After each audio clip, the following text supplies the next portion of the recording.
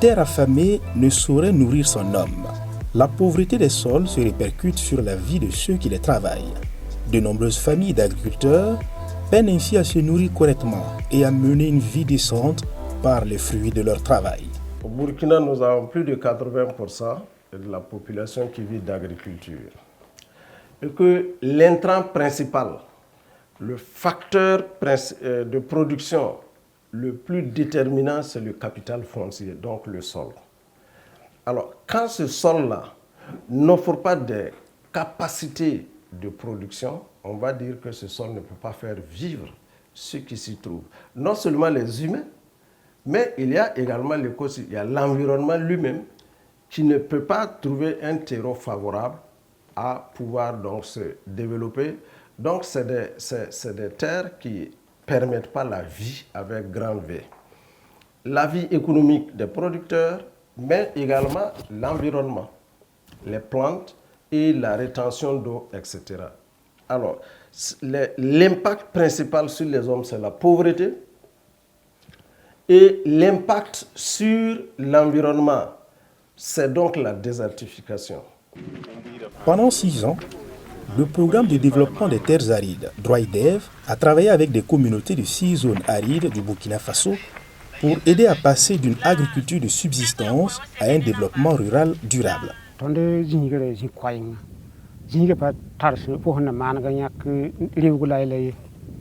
Moti porse kulaga wata waji jehinga yeti bunan songa ton zinga di koka na yile ton pam liba pu pam ton no liba da pam silfan na man ke yala porjo hanya ton non song ton do ya wala jura wa men bedre la tum te wa hanya sa bale ba foratin tum fa tu tum chin ka ben ton par kamana ton tum fa tu ya to ga jura bedre la song ton ne machin le men ton ne ton boom ning ton pa ton pam ya bo wala vitamine a para to ne ton do. Financé par le ministère des Affaires étrangères des Pays-Bas et exécuté par le Centre international pour la recherche en agroforesterie à travers ses partenaires la SNV et TreeAid, le programme DROIDEV a travaillé à développer les compétences des agriculteurs sur une panoplie de techniques et pratiques portant sur la conservation des eaux et des sols, la production du compost et l'amendement des sols, la production de plants et le reboisement.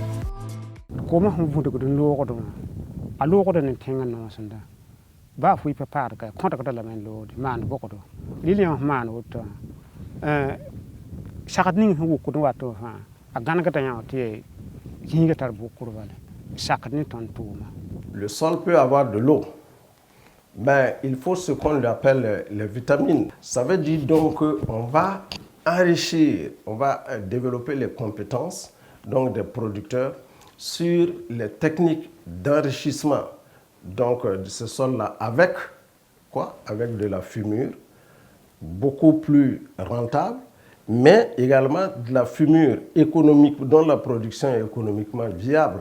Donc on amène les producteurs à développer des compétences sur le compostage. Le sol a besoin de compost. On leur enseigne plusieurs types de compostage pour pouvoir donc enrichir ce sol.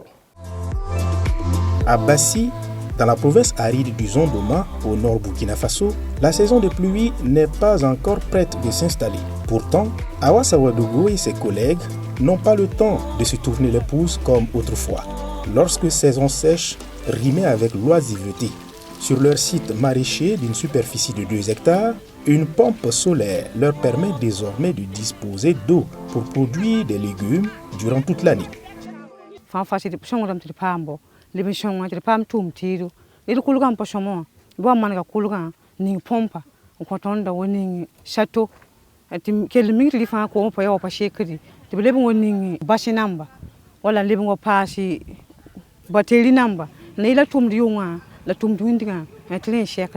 Oignons, tomates, poivrons, piments, choux.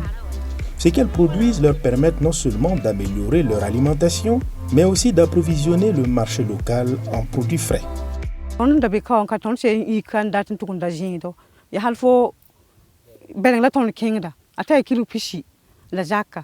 Bale ba bit me la ton la tan dugujin ton pa ton pam bit tan dugujin di. Lili wala minim sen ton to ndade. La choko gabada. Choua. Fin. À Zogori, dans la province voisine du Yatenga, au siège de l'association Paspanga, Bintou Tirakoy et ses collègues s'activent. Elle transforme les surplus de petits milles produits localement en biscuits, une activité qui leur permet d'avoir une source de revenus autonome.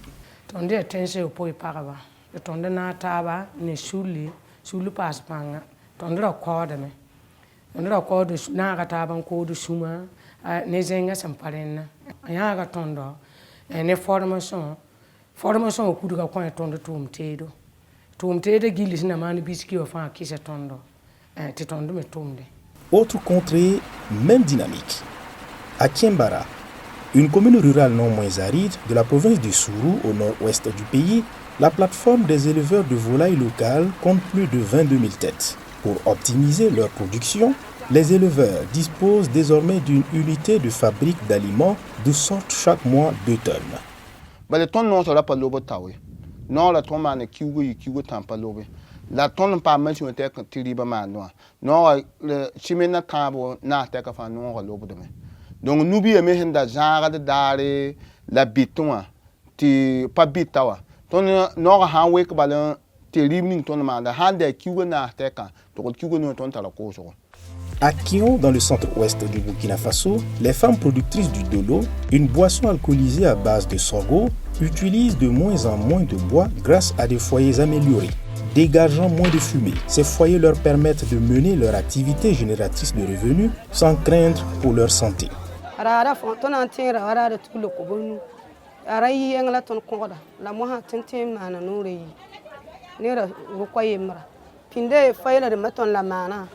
Fahama ne buguma wunda fo soma ti kele ya banse la moha foye wa wa ton nem tele bran nana ni ton la fi wa wenge a nyor metem pa ma moha te sango si de bram to yor kwa mbaye kolle la ra ni se futu aner kwa mbala fi wenge itam ti ya ton mene sale ba poye kale wonde tabe. Autant de dynamiques intéressantes qui n'effacent pas pour autant de la mémoire des principaux acteurs les dures réalités auxquelles ils ont longtemps été confrontés. De Bassi à Kongoussi, en passant par Kion et Kiembara, femmes et hommes s'en souviennent. On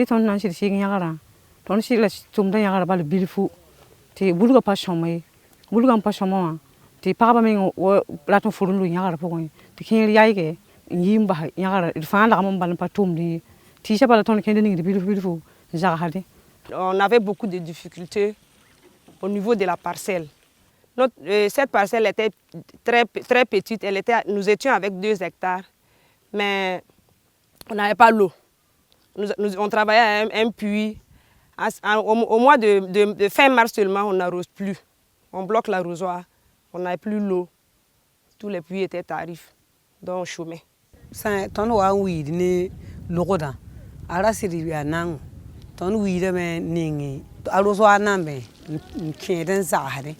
Wan wa pa umta men bale ne ba sonra han wa wa ni bul nora ra panana yi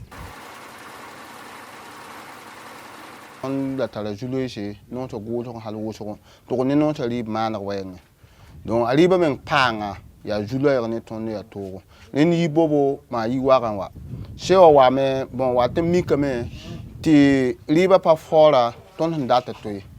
À Arbolé, dans la province du Passoré, des femmes intervenant dans la production du beurre de karité n'ont pas été épargnées non plus par manque d'équipements adéquats.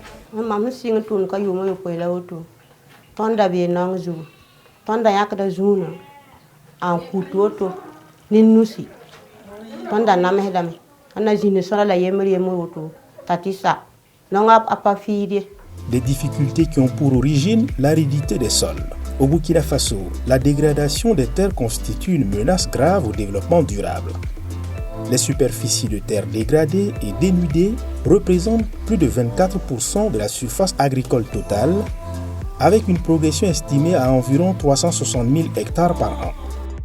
L'aridité a eu raison de beaucoup de terres, ça veut dire sans couverture, et en fait le sol est soumis aux différentes érosions, que ce soit éoliennes ou hydriques, donc ça emporte les éléments nutritifs, mais en fait tout le corps du sol, et ça ne laisse derrière que des ravines. Ça réduit beaucoup les superficies cultivables, surtout dans cette zone. Et ça fait que ça engendre des départs pour certaines localités, même jusqu'à l'extérieur du pays. Ça engendre également des conflits entre producteurs. Le programme a également facilité l'accès des producteurs à des intrants de qualité et des équipements agricoles à travers un mécanisme autogéré par les producteurs eux-mêmes. Nous avons été appuyés par le projet DryDev cette année pour l'aménagement de notre site ici, qui nous a quand même aidé à comment il faut aménager au même moment, comment piquer nos planches. Nous avons été appuyés avec une formation de comment il faut traiter nos cultures. Au niveau des périmètres maraîchers, donc la philosophie d'intervention est la même. Donc, conserver, enrichir et développer le potentiel producteur du capital foncier de base qu'est le sol, la terre. Donc on l'a fait. Et trouver les moyens les plus économiquement avérés possibles pour pouvoir conserver l'eau et apporter l'eau. Nous, on utilisait les produits chimiques. Ils sont venus nous appuyer pour le traitement des produits bio et avec le Bioprotec, comment il faut utiliser les produits Bioprotec jusqu'à récolter. Bon, on a été appuyé aussi pour la clôture de notre jardin ici avec du grillage avec une hauteur de 2 mètres, longueur de 25 mètres pour clôturer nos 5 hectares ici qu'on a avec 5 tonnes de ciment. On a reçu 4 motopompes pour nos différents travaux ici. Autant de choses qui ont permis de redonner une seconde vie à des terres dégradées et peu productives. De nombreux producteurs ont pu ainsi accroître leur rendement de manière significative.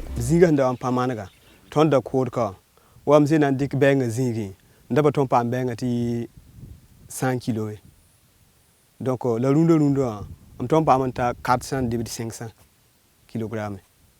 Donc c'est quand même en tout cas je 5 mais kamana ya zinga managra men kai c'est me de pays kamen ton da pat ningir kamani la zinga managra teka ronda mamni kamana en tout cas pas 500 kg kiwo me ayi de tonne singre ton patenti ton shonga ton tisikanga alebe ton de li ba bji la runda sida bangam te tongom tongom ti ban gra kaka ti sa fa to libin da rapa to to ti sa ta ko mun da pada runda ti hito sin ya haba me lebon fu yimde ton bangam te bu wayen panga tuman nen tongo ne rawdo ton me sidik ti le taba ye som ne kukala zantle me ngata 1 mètre le zinga mo ha fa ngeti alat Fatima ti yakataba Fatima bin le ko le men sarma Fatima ta ayekataba yamne ya sobo ya halpin pinda ya rapide we go fa ya la we gonda le go mana ale le go minimum di ton he le ben sin ko ba len kita le go wabo sen geti hu ga fa fi larme ne la mbata sidi ya soma sidi tongi. Grâce à une bonne disponibilité en eau et une meilleure maîtrise des itinéraires techniques, les producteurs réalisent des rendements spectaculaires sur différents sites maraîchers. Les rendements d'oignons sont passés de 9 tonnes à l'hectare jusqu'à 22 tonnes à l'hectare. Pour permettre aux producteurs de tirer profit du mieux possible de leur production, DryDev a construit des infrastructures de stockage. Le programme a également facilité la mise en relation entre les organisations de producteurs et des institutions de microfinance. Pour la première, des productrices maraîchères ont exprimé avec succès le warrantage de l'oignon. Ce système de crédit rural qui consiste pour les producteurs à obtenir un prêt en mettant en garantie leur production susceptible d'augmenter de valeur avec le temps. Il avait été pratiqué jusqu'ici avec des produits moins périssables comme les céréales. Pour ce qui concerne le warrantage de l'oignon, nous dirais que le succès a été vraiment total parce que au moment où on procédait au stockage, le prix du sac d'oignons était estimé à moins de 8 000 francs sur le marché. Et grâce à l'accompagnement, ils ont pu bénéficier de crédits pour mener des activités. Et au déstockage, je pense que le prix tournait autour de 22 500. Donc vous voyez un peu comment ce stock a pris de la valeur, mais avec une petite perte au niveau des stocks qui nous paraît très très minime, parce que c'était de l'ordre de 3%. Et quand on déduit cette perte dans le stock total, on se rend compte que l'activité a été vraiment d'un très grand bénéfice pour les bénéficiaires. Et également pour nous, institutions de microfinance, ça a été un bénéfice parce que la totalité des crédits ont été remboursés en date. We've come to a point where the farmers are beginning to realize the benefits of the program.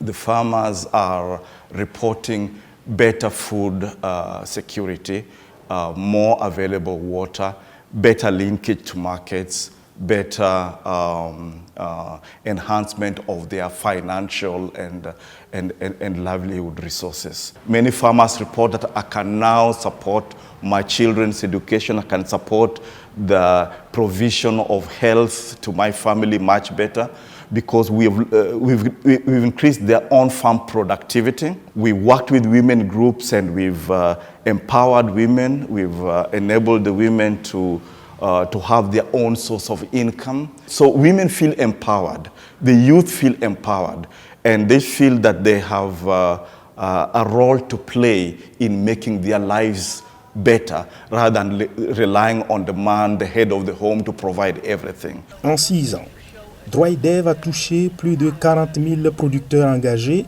dans une collaboration inédite avec des chercheurs et des praticiens du développement dans l'analyse de leurs défis, l'expérimentation, l'évaluation et la mise à l'échelle de pratiques et approches pour y répondre. L'un des objectifs très importants du projet, c'est d'améliorer la sécurité alimentaire. Et qui dit sécurité alimentaire dit aussi l'aliment de base qui est les céréales, mais cet aliment de base doit être complété par d'autres aliments riches en micronutriments et aussi en vitamines. Et on sait bien que les micronutriments, les protéines et les vitamines sont apportés beaucoup plus par les fruits et les légumes.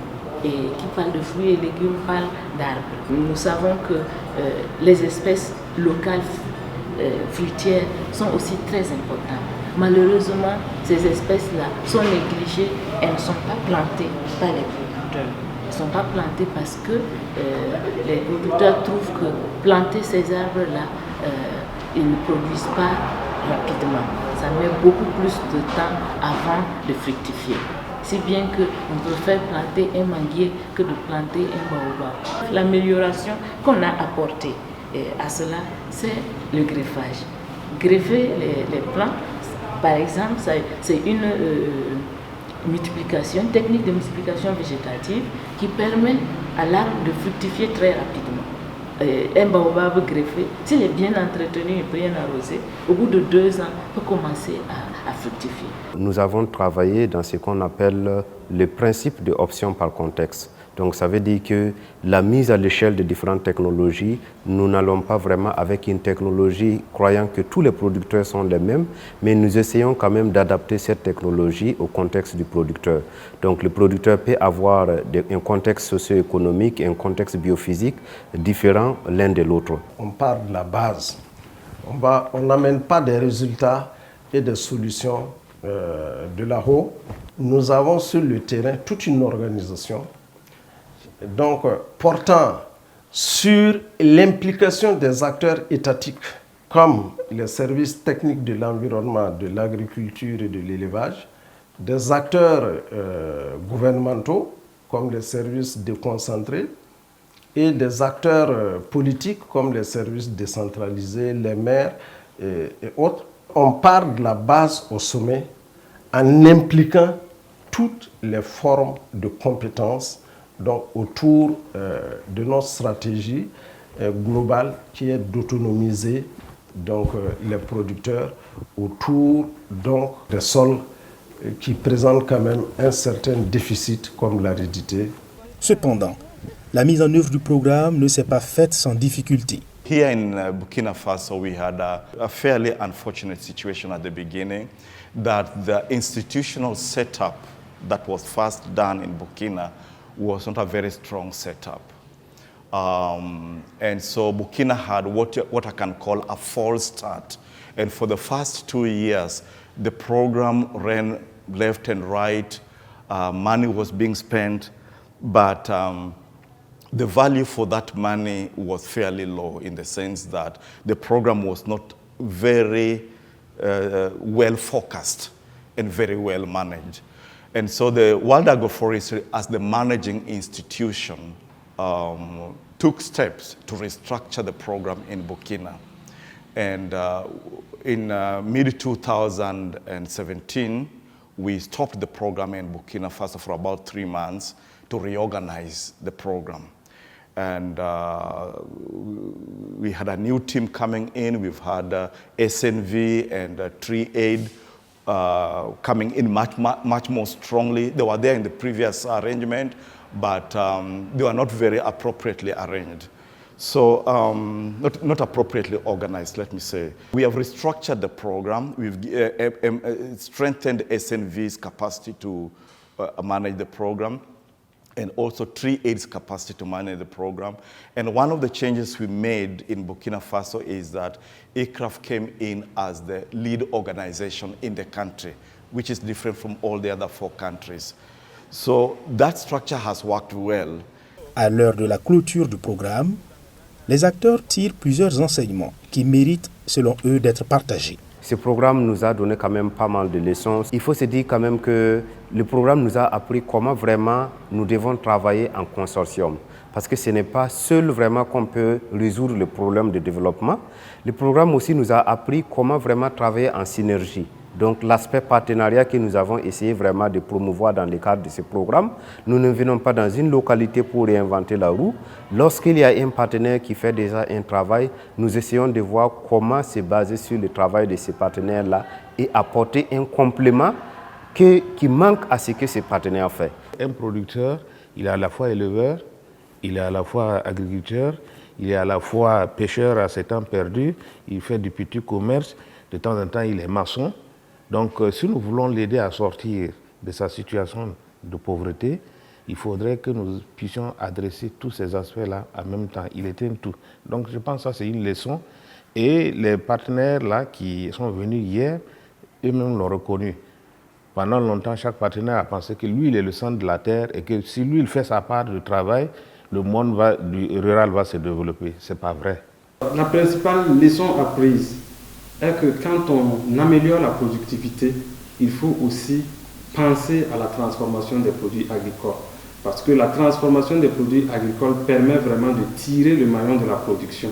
Il faut toujours travailler à la fois sur la production, mais aussi comment les acteurs localement peuvent valoriser, transformer cette production afin de faire un développement de l'économie locale et d'améliorer vraiment les conditions socio-économiques de l'ensemble des petits agriculteurs ruraux. Il y a aussi un aspect assez important par rapport au financement. Il faut toujours associer vraiment les institutions de microfinance pour les questions de crédit, parce que sur la question d'accès aux intrants, qui est un aspect assez important, nous avons par exemple mis en place des systèmes de financement des intrants par des institutions de microfinance de la place, et tout cela, ça constitue donc une combinaison d'options qui peut faire la différence. Certes, le programme Droit Dev ferme ses portes, mais les acteurs se disent convaincus que la dynamique créée va continuer avec l'engagement de différents acteurs locaux. Quand tu fais ce que les gens veulent, on n'a pas besoin de crier à la mobilisation, puisque c'est eux-mêmes qui seront devant pour faire les choses. Et Droit Dev, effectivement, était une réponse qui était sollicitée par les producteurs. Ce qu'il faut en fait comprendre également est que quand on associe les autorités locales, l'appropriation des actions est beaucoup plus facile et en fait ça garantit une certaine pérennité. Nous avons pu faire la démonstration de façon très pratique. Nous avons pu montrer qu'une terre aride, une terre dénudée, on peut le rendre, le transformer en forêt ou en champ productif. Les producteurs devraient avoir confiance en eux-mêmes et croire que ce qui peut paraître impossible, avec les pluviométries qui sont en train donc de baisser d'une année à une autre, il est possible de revenir donc à une solution selon laquelle une terre n'est pas pauvre définitivement. Ça, nous avons pu convaincre et nous avons donc assez de documentation là-dessus.